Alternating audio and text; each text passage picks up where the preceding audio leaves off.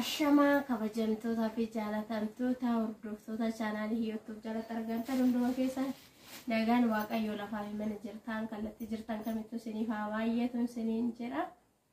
Warroonni mana kooti kaarootataan like share subscribe godhaa. Warroonni maatii kootataan hanga guyyaa har'aan afaan ertan guddaa galatoomaa isiniin jechuu jaaladha. Har'a gabaa shaakilti gabaa deemee tanaalaan dhufe jechuudha. Awaash namoonni beektanii beektu. Inna maal akkam bitee dhufe maaliin akkam bitee dhufe isinitti hima. Inna aduu keessa illee dhufe baay'een gurraacha inni biraan mooyyatu baay'een intin jedhe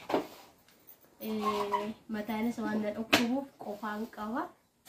Sagaleen kiyyoo isinitti diddiirrame iifamaa isiniin jechuu jaaladha. Maal akkam bitee dhufe walumaan laallaa. Isiniin jechuu jaaladha. Inna kuni saandalii fi hixaana meeqan akkam bitee gatii isinitti hima jechuudha. Inna bunaa fi sukkaaraa wayini.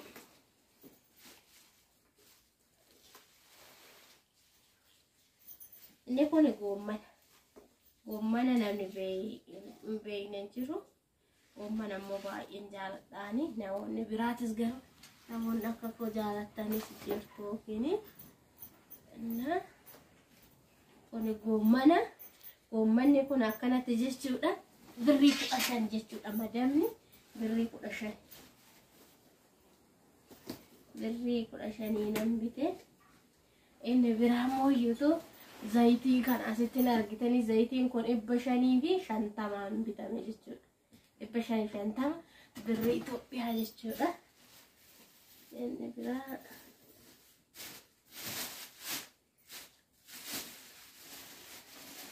sukkaarri kun immoo qixxeedha. Qixxeen 200. Qixxeen birrii 60 waan manaa qabuuf qixxeema bite. Inni biraa mooyyatu kun hundee diimaa yookiin qaysirii ni beektu jedhee yaada hundi keessanuyyuu qaysirii ni mooyyatu. Kun akkanatti birrii 30 qaysiriin kun jechuudha. Kun goommana kun qaysiriidha. Birrii 30 nan bite. Inni biraa mooyyatu dinnichaadha. Dinnicha meeqan akka hiike qo'aan laattu.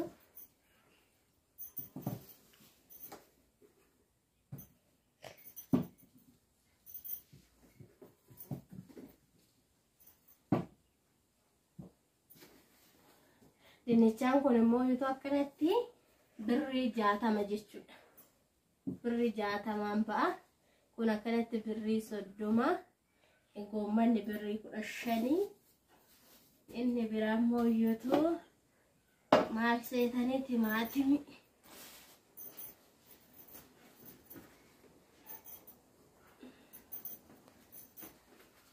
Timaatimiin immoo yoo akkanatti birrii 20. Akkanatti 20 jechuudha. Osinitti mul'ata jedhee yaada. Birrii 20.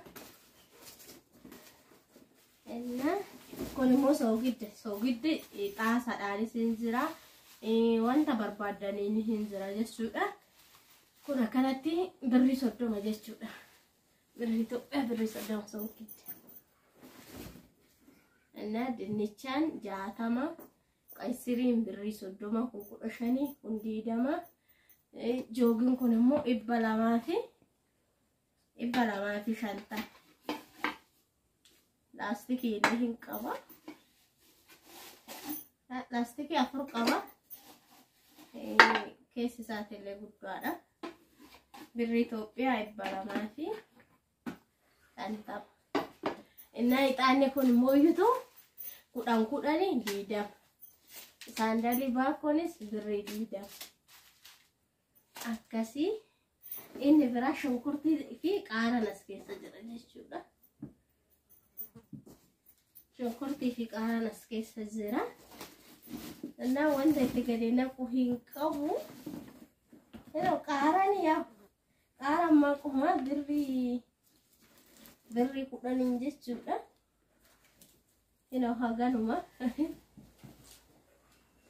Haganuma jechuudha birri kudhaniin.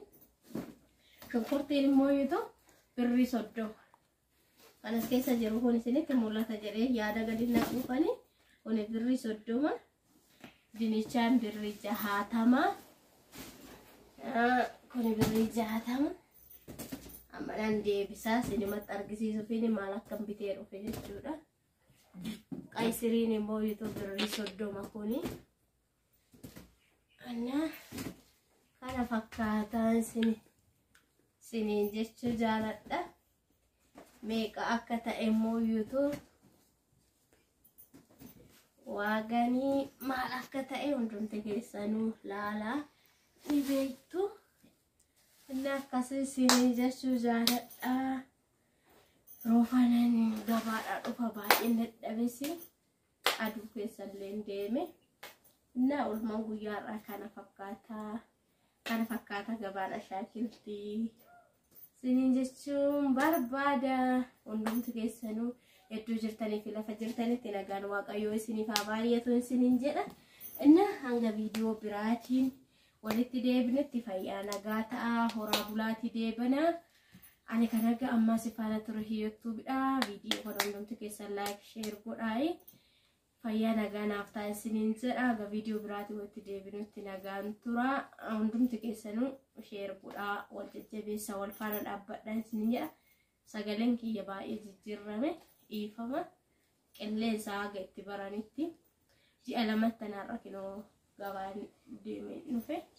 Galata isaa hundumaaf fayyaan jiraate inuma jiraatamaa jireenya akka abbaan itti jiraate isiniin jechuu jaaladha. Warroonni galuu barbaadanis koottaa warroonni taa'uu barbaadanis yeroo gaarii isiniin jedha. Aga viidiyoo biraatti walitti deemnu. Bye bye.